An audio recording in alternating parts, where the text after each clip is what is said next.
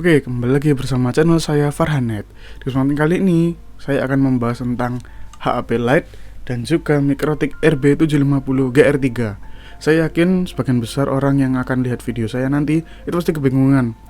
Kira-kira router Mikrotik apa yang pertama kali harus saya beli gitu kan? Karena saya juga mengalaminya. Saya lihat di beberapa forum itu banyak yang membandingkan dua produk ini. Katanya, udah langsung beli GR3 aja dulu, nggak usah HP Lite, rugi nanti. Nah itu kira-kira kenapa ya? Kan baru pertama kan pasti pada bingung, kenapa kok harus ini, harus itu. Nah di video kali ini kita akan membahasnya. Oh ya, pertama-tama saya akan menjabarkan harganya terlebih dahulu nih guys. Jadi untuk HP Lite ini memang harganya sedikit lebih murah, di sekitar 350 ribuan. Kemudian yang sebelah kiri ini yaitu Hex RB750 GR3 itu kurang lebih dia sampai di 900 ribuan. Nah, kenapa kok bisa agak jauh bedanya? Padahal kalau kalian lihat kan bentuknya hampir sama nih, sama-sama kotak, ukurannya sama, kemudian sama-sama putih, warnanya juga. Ya tentu fitur yang ditawarkan juga beda. Saya yakin teman-teman juga udah lihat beberapa spesifikasinya yang ada di websitenya Mikrotik langsung. Kalau misalnya belum, kalian bisa lihat link di bawah ini untuk mengecek spek HP Lite maupun GR3-nya ini. Nah, oke, tanpa berlama-lama, jadi di sini saya akan melakukan pengecekan performanya, guys, menggunakan bandwidth test yang disediakan oleh Mikrotik. Kalau teman-teman mau tahu, linknya bisa klik di bawah ini, juga ada untuk tools speed test atau bandwidth testnya dari Mikrotik. Dan kemudian saya langsung saja melakukan percobaan di antara kedua device ini. Yang pertama saya akan melakukan percobaan untuk HP Lite-nya dulu ya. Oke, kemudian kita buka Winbox. Nah, di sini dia udah muncul IP address-nya. Kita klik connect. Nah, oke. Oh ya, jadi teman-teman, di sini saya belum melakukan settingan apapun ya. Cuman buka window-window ini aja. Dan di sini saya cuman memberikan IP address secara statik di Mikrotik ini. Dan ke komputer saya juga statik gitu kan, jadi di lain-lain ini belum saya isi tools apa-apa, jadi masih kosong ya, belum saya config, masih standar banget kecuali yang tadi. Nah, jadi skemanya seperti ini. Saya di sini membuka untuk bandwidth test session. Untuk melakukan bandwidth test, teman-teman bisa ngeceknya itu di bagian tools, kemudian ini ada bandwidth test server gitu kan. Nanti akan muncul window yang kotak ini. Kemudian teman-teman klik enable, terus kemudian klik session untuk mengetahui yang sedang dikerjakan oleh bandwidth test ini. Kemudian di sini saya sudah membuka window untuk interface-nya. Jadi di sini kita bisa lihat speed dari TX atau transmit dan RX receive-nya gitu kan. Kemudian di sini saya juga membuka tab profile yang memberikan kita informasi tentang CPU load yang digunakan. Di sini saya menggunakannya yang total ya, jadi secara keseluruhan. Jadi kita itu bisa lihat salah satunya perbedaan dari harga ini dan performanya dari CPU-nya yang nomor 1, kalau yang saya tahu.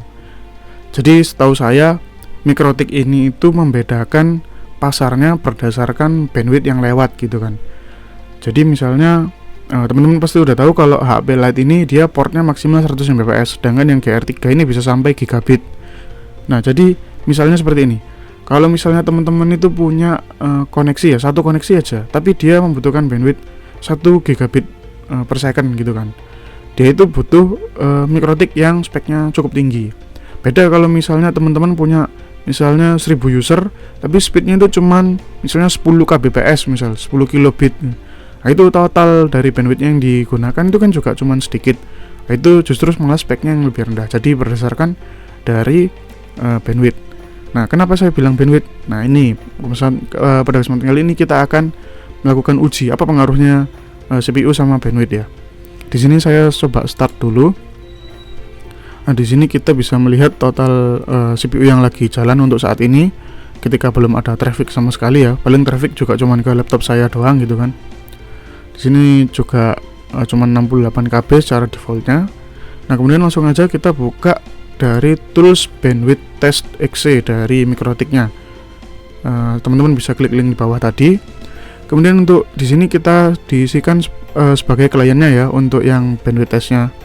Jadi komputer kita ini sebagai klien dan si HP Lite routernya ini sebagai si servernya gitu. Nah, addressnya kita isikan address dari mikrotiknya yaitu 192.168.10.1. Kemudian di sini saya pakai protokolnya UDP ya teman-teman. Jadi kalau misalnya kita pakai protokolnya TCP itu kayak kurang murni menurut saya. Jadi dia ada protokol handshake segala macam dan sebagainya. Tapi kalau UDP dia langsung. Kemudian untuk local TXS dan remote TXS ini biarkan seperti default. Kemudian untuk directionnya bot, jadi kita bisa memantau aktivitasnya untuk uplink dan downlinknya.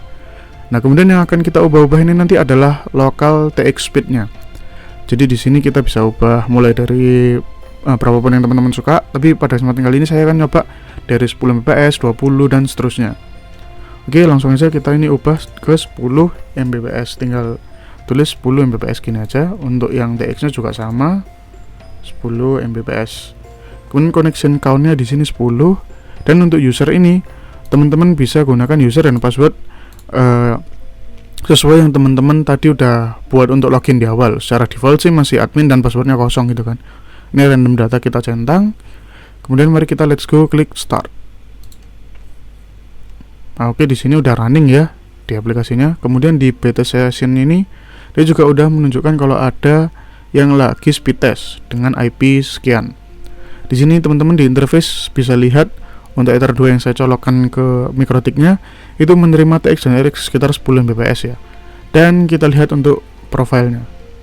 Nah, di sini dengan bandwidth test aja dia udah memakan resource banyak kurang lebih 10-16% tadi ya untuk CPU-nya. Dan untuk networking-nya sendiri sekitar di 9%. Oke. Jadi semakin besar data yang masuk, dia bakal memakan load CPU yang juga cukup besar. Oke, kita ini stop dulu. Kemudian kita coba ganti ke langsung 30 Mbps ya teman-teman. 30. Oke, kemudian kita klik start di sini. Nah, oke, start. Nah, jadi dengan 30 Mbps saja, di sini kan di bagian TXRX udah 30 ya. Itu ngemakan total sekitar 36 sampai 40% bahkan. 40% dari CPU load-nya untuk 30 Mbps. Networking-nya ya ini kurang lebih 26 ya sampai 30% juga. Kemudian kita coba lagi naikkan bandwidth-nya menjadi misal 60 langsung ya. Kita lihat batasnya sampai mana. Kemudian kita klik start di sini. Nah, oke, di sini TXRX-nya udah 60, kemudian di profile dia langsung makan CPU load sampai 80% kurang lebih. Networking-nya sampai ya 60%. Cukup besar ya, teman-teman. Oke, selanjutnya kita stop dan coba langsung ke angka maksimalnya yaitu 100 Mbps. Oke, bismillah, start. Nah, oke, di sini dia nggak akan bisa melebihi 100 Mbps ya, karena secara speknya dia memang maksimal di 100 Mbps portnya. Kita lihat di profile, wah, di sini kalau misalnya 100, dia total CPU-nya yang kepake adalah 100%, bener-bener full dari loadnya si Mikrotik HP Lite ini untuk satu koneksi yang 100 Mbps padahal. Oke, di sini untuk networknya sampai 80, hampir 85% ya. Nah, sebenarnya kayak gini juga nggak apa-apa guys, dipakai secara terus-menerus 100% gitu kan total loadnya. Tapi ini kalau jangka panjang bisa merusak si mikrotiknya, jadi sayang gitu. Ini saya matikan aja biar nggak rusak, biar awet. Nah, jadi seperti itu ya teman-teman. Kalau misalnya semakin besar traffic yang lewat, dia CPU yang kepake akan semakin besar juga. Dan di situ performa yang saya maksud. Oke, selanjutnya kita langsung aja coba ke RB750 GR3, bagaimana performanya. Sini kita pindah dulu kabelnya. Oke, sudah nyolok ke RB GR3.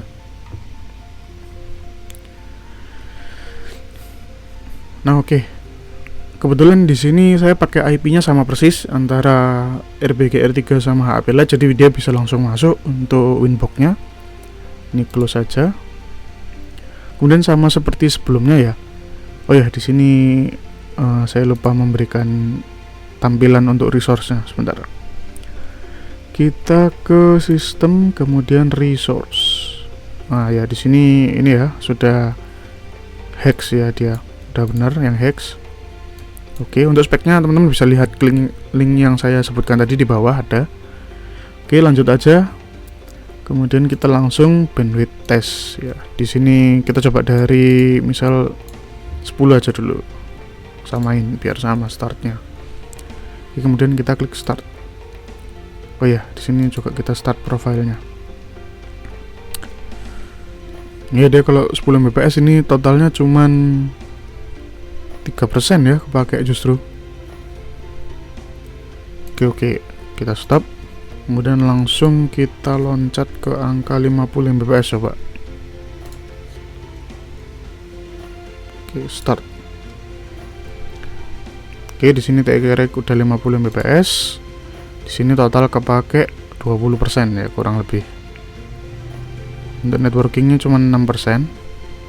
Ini beta sebenarnya juga memakan resource yang cukup besar ya, sekitar 6-8%. Ini kita stop, langsung kita loncat ke 100 Mbps.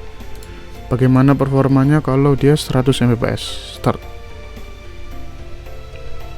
Oke, di sini udah TX-nya 100 Mbps ya. Tuh dia total juga masih 20% ya, kurang lebih. Networkingnya sekitar 8% cuman.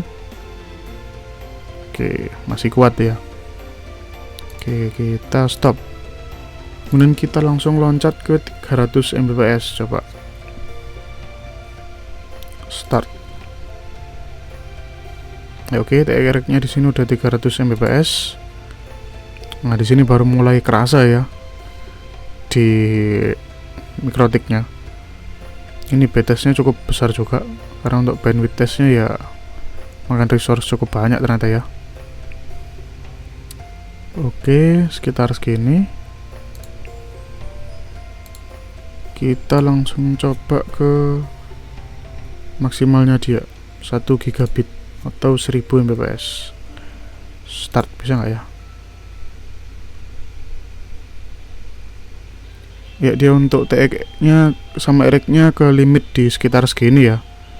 Ini karena connection count-nya sih setahu saya. Tapi di sini ya udah 100% juga sih.